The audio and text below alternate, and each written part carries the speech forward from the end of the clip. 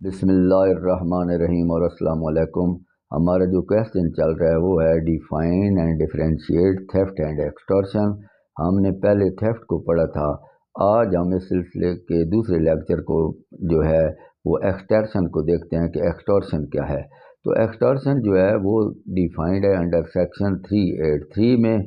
तो ये इस तरह है कि एक बंदा जब किसी दूसरे बंदे को ये खौफ दिलाता है कि अगर वो कोई प्रॉपर्टी, कोई वैल्यूएबल सिक्योरिटी उसके हवाले या किसी और बंदे के हवाले नहीं करता तो उसको वो नुकसान पहुंचाएगा। तो इस जो अमल को ये कहा जाएगा कि ये ऑफेंस उसने कमिट किया है एक्सटॉर्शन का।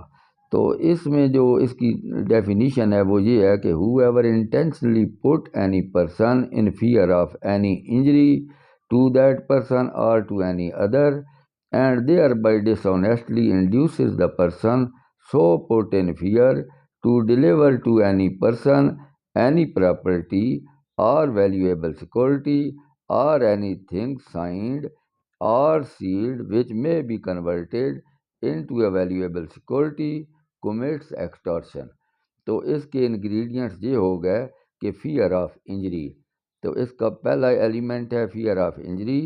There must be intentionally putting a person in fear of injury to himself और an other. Injury implies illegal harms and it may be of any kind।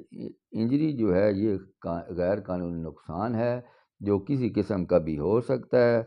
तो इसकी इलस्ट्रेशन ये है कि A threatens B that he will keep as child in wrongful confinement. तो A जो है B को थ्रेट करता है कि वो ए के बच्चे को रॉन्गफुल कन्फाइनमेंट में रखेगा unless A gives him certain amount, जब तक कि ए उसको कुछ रकम नहीं देता, जो भी वो रकम का मुतालबा करता है ऑफ मनी।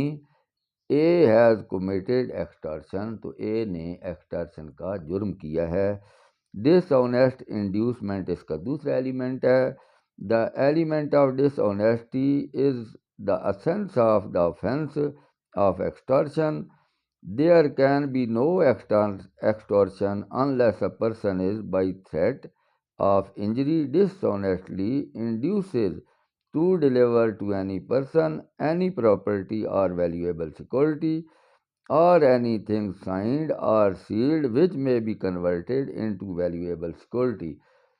तो इसकी इलस्ट्रेशन ये आ गई कि A by putting Z in fear of grievous hurt dishonestly induces Z to sign or affix a seal to blank paper। तो ए जो है वो Z को एक शदीद ज़रब जो है वो पहुंचाने के खौफ से गैर बेईमानी से उसको इंड्यूस करता है कि वो किसी पेपर पर दस्तखत कर दे या उस पर वो कोई मोहर लगा दे, कोई सादा साफ पेपर पर लगा दे or affix a seal to a blank paper and deliver it to A, और वो A के हवाले कर दे। Z sign and deliver the paper to A।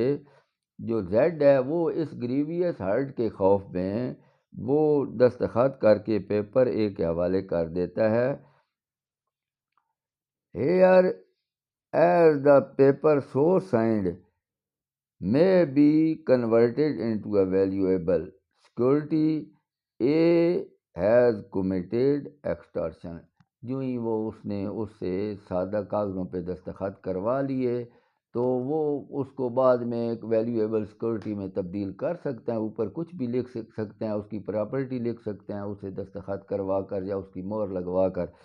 तो ये जो जुर्म होगा वो क्या होगा, एक्सटॉर्शन का होगा। To any person it is not necessary that the threat should be used and the property received by one and the same individual। A threat may be made by some।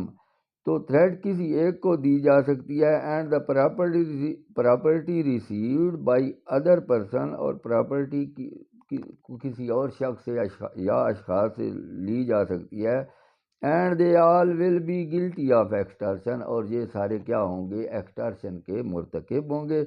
Whoever commits extortion shall be punished with imprisonment of either description for a term which may extend to 3 years or with fine or with both।